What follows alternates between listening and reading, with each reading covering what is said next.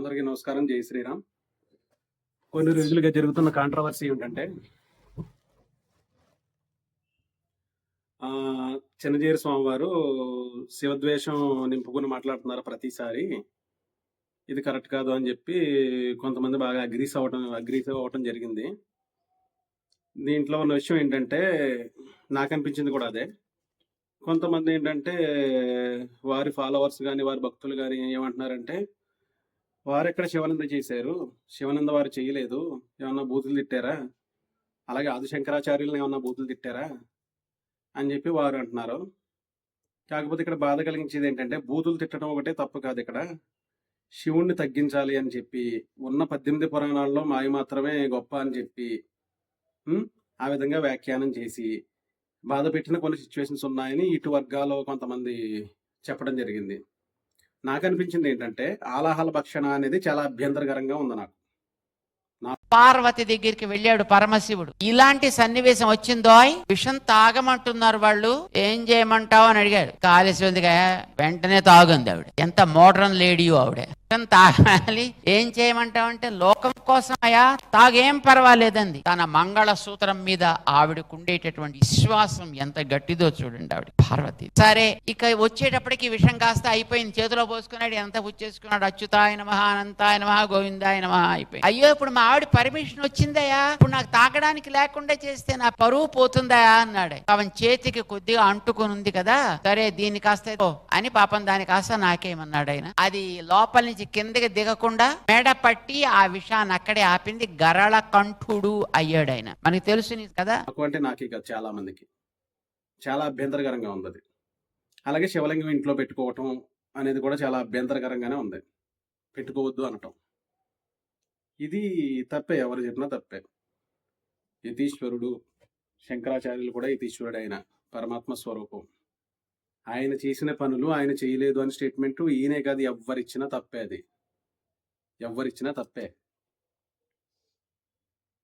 అదే కాకుండా ఈశ్వరుని తగ్గించే ప్రయత్నం చేసే ద్వారానే మంచిది కాదు.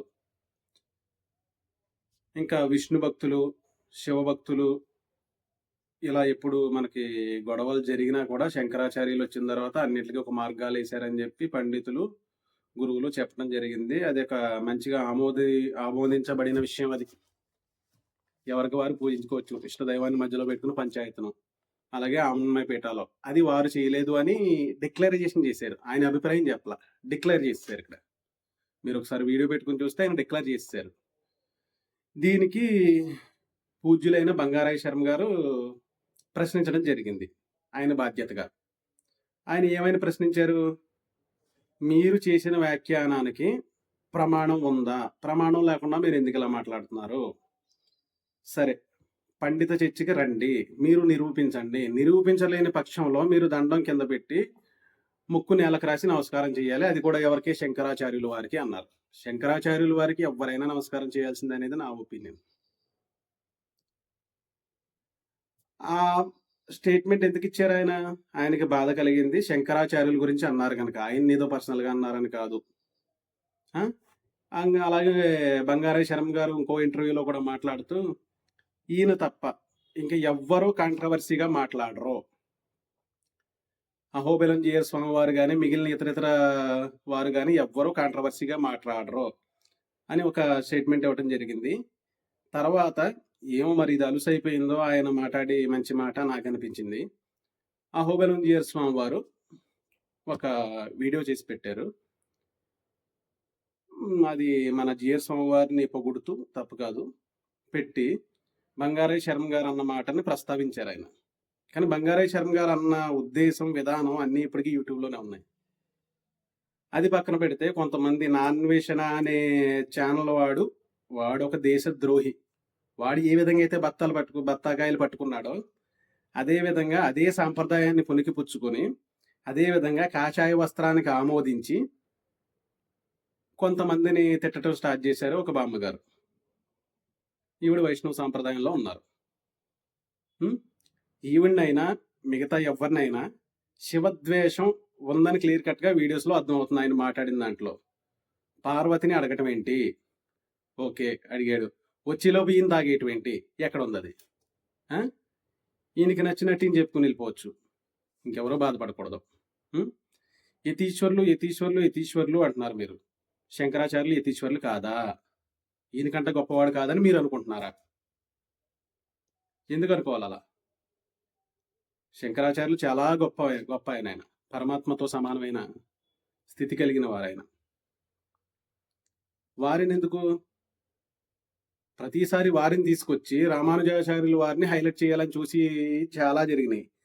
వీధికి ఒకరు జగద్గురు అని చెప్పుకుంటారు. అసలు నిజమైన జగద్గురు అంటే రామానుజాచార్యులు వారే. ఈ విధంగా మాట్లాడటం తప్పే కదా. జగద్గురు అనే శబ్దమే శంకరాచార్యులది. షణ్మతాలను స్థాపించింది వారు. 72 మతాలు కొట్టుకు సత్తుంటే ఏది వైదికం ఏది అవైదికం అని చెప్పి ఖండించి మతాన్ని నిలబెట్టింది వారు. అలాగే ఆయన్ని కేవలం వైష్ణవుడు మాత్రమే, ఆయన ఇంకెవరిని ఆరాధించలేదు అని స్టేట్మెంట్ ఇచ్చారు. ఆయన్ని వైష్ణవుడు అంటంలో తప్పులేదు, వైష్ణవుడు మాత్రమే అంటాం తప్పు. శాక్తేయులకు శాక్తేయుడు ఆయన, గానాభక్తులకు గానాభక్తుడు ఆయన, శౌర్యులకు శౌర్యుడు ఆయన. అలా చెప్పుకుంటా పోతే శైవులకు శైవులు ఆయన, వైష్ణవులకు వైష్ణవులు ఆయన, కౌమారులకు కౌమారుడు ఆయన. అందరికీ మార్గాన్ని నిర్దేశించిన గొప్ప వ్యక్తి ఆయన. ఇప్పుడు మనం ఒక భారత ఎలక్షన్స్ థియరీ ప్రకారం మాట్లాడుకున్నా కూడా గురువుల స్థానంలో ప్రధానమంత్రి ఆయన అయితే మిగతా వాళ్ళందరూ స్టేట్ మినిస్టర్ లెక్కే. ఎందుకంటే అన్నిటిని కలుపుకొని వెళ్ళిన వ్యక్తి ఆయన. ఇది నా ఒపీనియన్ మాత్రమే, ఎవరో దీన్ని ఆమోదించాలని పని లేదు. నా బాధ ఏంటంటే శివుడి గురించి మాట్లాడటం, శివుడిని కించపరచడం ఈ అనవసరం. ఇది మేము పండితుల ద్వారా తెలుసుకోవాలనుకుంటున్నాం. మాకెవరైతే పండితులు ఉంటారో మేము నమ్మి శాస్త్రం ప్రకారం మేము నారాయణుడిని నమ్ముతాం, శివుణ్ణి నమ్ముతాం, అమ్మవారిని నమ్ముతాం, గణపతిని నమ్ముతాం, సూర్యుడికి నమస్కారం చేస్తాం. మాకు కొంచెం మక్కువ శివుడి మీద ఎక్కువ ఉంటుంది. శివుడిని మేము ఆరాధించుకుంటాం, శివపురాణం చదువుతాం. ఈ శివపురాణంలో ఉన్న కథలన్నీ పెట్టి మేము మాట్లాడవచ్చు, కానీ అవసరం లేదు.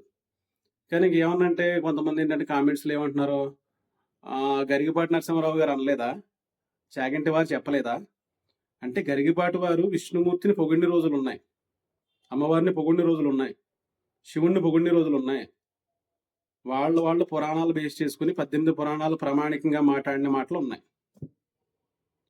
అది వాళ్ళు ఏకపక్షంగా వైష్ణవ దాడి చేయలేదు, అలాగే శివుడి మీద దాడి చేయలేదు. ఉన్న పురాణాల్లో ఉన్నట్టు చెప్పుకుని వెళ్ళారు, అది జరిగింది. కాకపోతే ఇప్పుడు కూడా చాలా మంది బంగారీ శర్మ గారు అడిగిన తప్పు అంటున్నారు. ఆయన అడిగిన దాంట్లో ఏ తప్పు లేదు. పండిత చర్చ జరగాలి, శివుణ్ణి కించపరిచే విధంగా మాట్లాడటం తప్పు అని మాలాంటి కొంతమంది అభిప్రాయం. మీకు వైష్ణవులో విష్ణుమూర్తి ఎలా ప్రథమ దైవమో మాకు శివుడు ప్రథమ దైవం, కొంతమందికి అమ్మవారు ప్రథమ దైవం, కొంతమంది కనిపించే సూర్యుడి ప్రథమ దైవం, కొంతమంది గణపతి ప్రథమ దైవం, కొంతమందికి సుబ్రహ్మణ్య స్వామి ప్రథమ దైవం. ఎవరి దైవం వాళ్ళకి. దీన్ని గుర్తించాలి, ఎవరు ఆరాధనలు చేసుకోవచ్చు. దీనివల్ల మనం ఏంటంటే ఇంకా పక్క మతాల వాళ్ళకి అవకాశం ఇచ్చినట్టే అవుతుంది, అలాగే ఇబ్బంది పెట్టినట్టు అవుతుంది. దీన్ని కొంచెం దృష్టిలో పెట్టుకోవాలి. ఎవరైతే బామ్మగారు బత్తాయిలు పట్టుకుని వచ్చి బంగారీ శర్మ గారిని ప్రశ్నిస్తున్నారో ఆయన్ని ప్రశ్నించే స్థాయి ఆమెది కాదు. ఆయన పండితుడు, గురువు గారిని, పూజ చిన్నజీయర్ స్వామి వారిని ఆయన ఏమీ అనలేదు. మీరు చేసిన ఆర్గ్యుమెంట్స్ రాంగ్ అని ప్రూవ్ అయితే దండం వదిలి ముక్కు నేలకు రాసి శంకరాచార్యుల ఫోటో ముందు లేదా విగ్రహం ముందు నమస్కారం చేయమన్నారు. అందులో తప్పే ఉంది. పరమేశ్వరుని అయితే చాలా దరిద్రంగా వక్రీకరించారు, నేను చూశాను ఆయన వీడియోస్. లింగోద్భవం శివపురాణంలో చూసుకుంటే మరి పరమేశ్వరుడే పరమదైవం. ఈ కాంట్రవర్సీలు ఏమీ లేకుండా చేసిన మహాత్ముడు శంకరాచార్యులు. ఆయన ఇష్టదైవాన్ని పూజించుకుని ముందుకెళ్ళి సన్మార్గంలో ఉండటం అనేది మనకు అందించింది, పక్క వాళ్ళని కించపరచమని కాదు.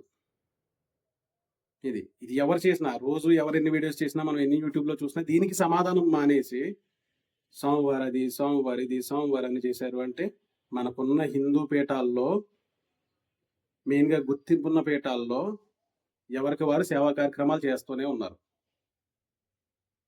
శృంగేరి పీఠం వారు కావచ్చు, ఎవరైనా మన ధర్మంలో మన ధర్మం మొత్తం కలిసి ఉండాలంటే ఒకళ్ళని కించపరచుకోకూడదు. మాలాంటి వాళ్ళకి ఏదన్నా అందివ్వాలంటే ఫస్ట్ పండిత చర్చ జరిగి ఒక నిర్ణయానికి రావాలి. మనం కలిసి మళ్ళీ మన హిందుత్వాన్ని గెలిపించుకోవాలి, గెలిపించుకుని ముందుకెళ్ళాలి. హిందువులంటే పక్క వాళ్ళ మీద దాడి చేయరు, అలా అని మనలో మనం కూడా దాడి చేసుకోకూడదు. మనం ఏకత్వంతో ముందుకెళ్ళాలి. ప్రజాస్వామ్యంలో కూడా ముందుకెళ్ళాలంటే మన అభిప్రాయాలు ఏకాభిప్రాయం అయి ఉండాలి, లేదా భిన్నాభిప్రాయాలైనా ఒకరి మీద ఒకరు బురద జల్లుకోకూడదు. వీడియో మాధ్యమంగా ఒకరిని కించపరచుకోకూడదు. ఆలాహలం శివుడు తాగలేదనే వ్యాఖ్యానం చాలా మందిని ఇబ్బంది పెట్టింది. శివలింగం ఇంట్లో పెట్టుకుంటే శ్మశానం అన్న చాలా మందిని ఇబ్బంది పెట్టింది. ఎందుకంటే శివుడినే పరమదైవంగా నమ్మేవాళ్ళు నాలాంటి వాళ్ళు ఎంతో మంది ఉంటారు. వాళ్ళకి ఇబ్బంది కలగకూడదు. అలాగే వైష్ణవంలో కూడా విష్ణువుని దూషించే వాళ్ళు కూడా మాకు మిత్రులు కాదు.